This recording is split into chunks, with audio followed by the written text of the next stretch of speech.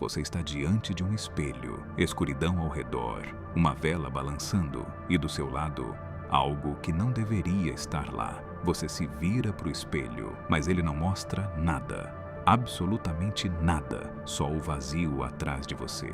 Essa imagem existe nas histórias há séculos.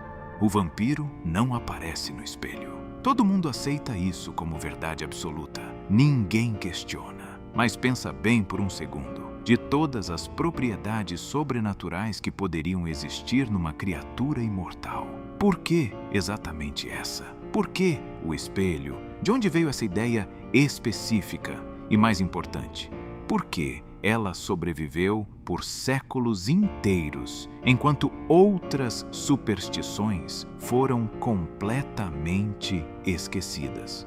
Tem uma resposta para isso, e ela é mais funda do que parece.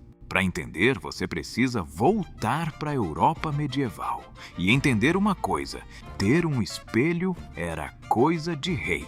Sério, a maioria das pessoas nunca tinha visto o próprio rosto com clareza na vida inteira. Espelho era raro, caro demais. E porque era raro, ele acumulou um peso enorme de significado. Não era só vidro e reflexo. Era quase sagrado, era carregado de mistério, de reverência, de medo.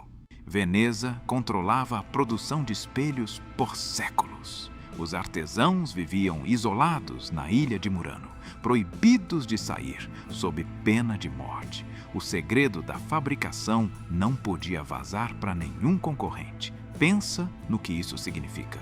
Um objeto tão valioso que o governo matava para proteger seu segredo. O espelho não era utensílio doméstico, era poder, era símbolo, era um objeto que carregava muito mais do que qualquer pedaço de vidro deveria carregar. E aí está o ponto central. Culturas completamente diferentes, sem nenhum contato entre si, chegaram na mesma conclusão perturbadora. O espelho captura algo além da aparência física. Ele captura a essência, a alma, o que você realmente é por dentro, não apenas o que aparece por fora. Essa crença não foi combinada entre culturas. Ela surgiu sozinha, em todo lugar ao mesmo tempo. Independente, espontânea, como se fosse uma verdade que o ser humano simplesmente sente. Na teologia medieval, a alma era absolutamente tudo. Era o que separava um ser humano de qualquer outra coisa no mundo. Era a marca de Deus em você, permanente, inapagável. Ela sobrevivia ao corpo e continuava seu caminho depois da morte. Perder a alma era literalmente o pior destino que existia, pior do que a morte, porque na morte você ainda tinha alma. Na condenação, não. O vampiro, nessa visão de mundo, era uma abominação. Um morto que voltou sem permissão, sem bênção divina, sem alma. Ele cruzou a fronteira sagrada entre os vivos e os mortos de forma proibida e existia num estado de profanação constante e permanente. Era impuro por natureza. E o espelho, que por definição revelava a essência verdadeira de quem estava diante dele, simplesmente não mentiria para o impuro. E tinha um ritual real no leste europeu por causa disso. Quando alguém morria, todos os espelhos da casa eram cobertos imediatamente. Por quê? Porque a alma do morto podia ficar presa no vidro se o espelho estivesse exposto. Pensa na lógica. Se o espelho capturava e prendia almas, então um ser completamente sem alma não teria absolutamente nada a oferecer a ele. Aí chega 1897. Bram Stoker publica Drácula. E tem uma coisa importante que a maioria das pessoas não sabe: ele não inventou o vampiro. O vampiro já existia nas lendas populares da Europa há séculos. O Strigoi romeno, o Vricolakas grego, o Jiangxi chinês. Cada cultura tinha a sua versão. Stoker não criou nada do zero. Ele coletou, organizou e codificou. E na cena do espelho, Stoker faz algo muito inteligente. Jonathan Harker nota que o conde não tem reflexo. E pronto, sem explicação alguma, sem pausa dramática, apresentado como um fato óbvio que não precisa de comentário, como se o leitor já soubesse o que isso significa. E a parte mais impressionante?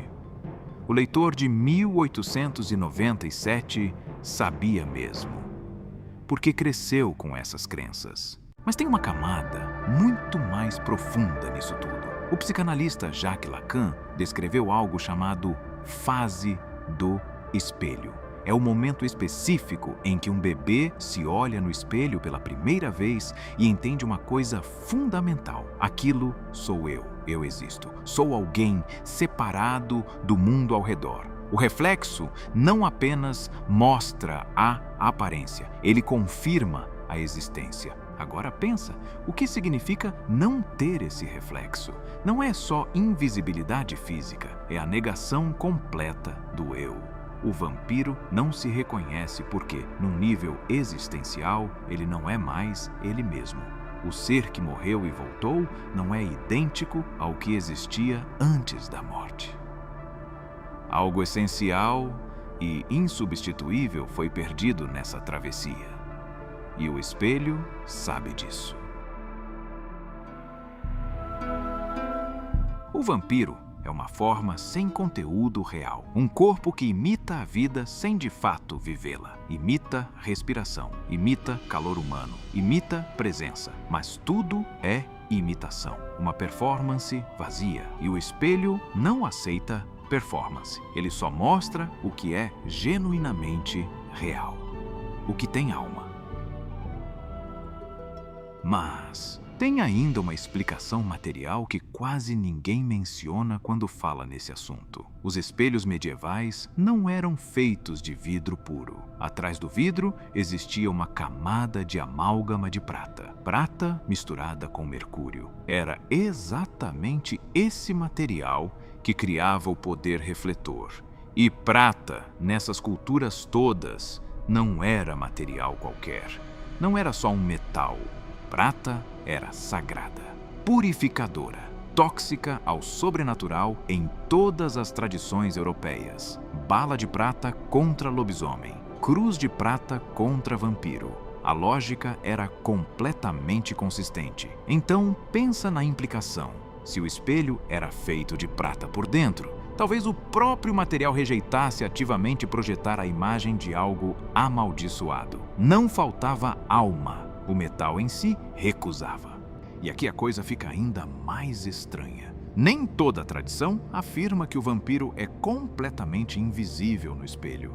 Em certas lendas da Sérvia medieval e de regiões montanhosas da Bulgária, ele aparece sim, mas algo está claramente errado. O reflexo é mais pálido do que deveria, pisca completamente fora de sincronia com o corpo real, demora um segundo perturbador a mais. Isso é mais perturbador do que a ausência total, porque não sugere que ele sumiu, sugere que ele está incompleto, como se a criatura ainda guardasse um fragmento deteriorado da humanidade que um dia teve, mas não o suficiente para preencher o espelho inteiro com uma imagem coesa e verdadeira.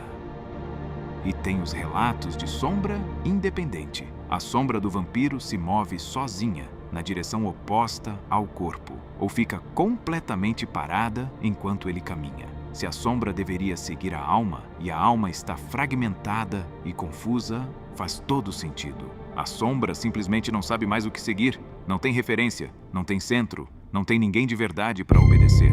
Quando o cinema chegou, essa ideia ganhou um poder que a literatura nunca conseguiu ter. Mostrar um ator completamente imóvel diante de um espelho que não o reflete. Essa imagem comunica tudo em menos de um segundo, sem nenhum diálogo, sem nenhuma explicação. Você vê e já entende, imediatamente. Essa coisa não pertence ao mundo dos vivos. Nunca pertenceu. Em Nosferatu, de 1922, a sombra do vampiro se movia sozinha pelas paredes, antecipava os movimentos do corpo. como se a própria escuridão ao redor obedecesse a uma outra vontade. Cada filme que repetia esse elemento tornava a regra mais concreta na memória coletiva do público. 100 anos de repetição depois, ninguém mais questiona. Virou fato estabelecido. Religião, folclore, psicanálise, química medieval, cinema. Tudo completamente independente, tudo separado por séculos e oceanos inteiros. E todos apontam obstinadamente para o mesmo lugar. O espelho não é só um pedaço de vidro com uma camada prateada. Ele sempre foi o instrumento da verdade. Ele mostra o que é genuinamente real e rejeita sem exceção o que é falso, o que é vazio, o que é imitação. Mas, no fundo, isso nunca foi realmente sobre vampiro. Foi sobre o espelho, sobre nossa necessidade profunda de sermos vistos, de existirmos de forma verificável para alguém além de nós mesmos. O reflexo confirma que somos reais, que estamos aqui, e a ausência dele apaga tudo isso de uma vez. Apaga a identidade, apaga a existência. Da próxima vez que você passar por um espelho, para 1 segundo. Olha com atenção. Vê se o reflexo pisca exatamente junto com você. Se ele demora um instante a mais para se mover. Se algo nele parece levemente fora de sincronia. Provavelmente é só impressão. Mas agora você sabe exatamente o que significaria se não fosse.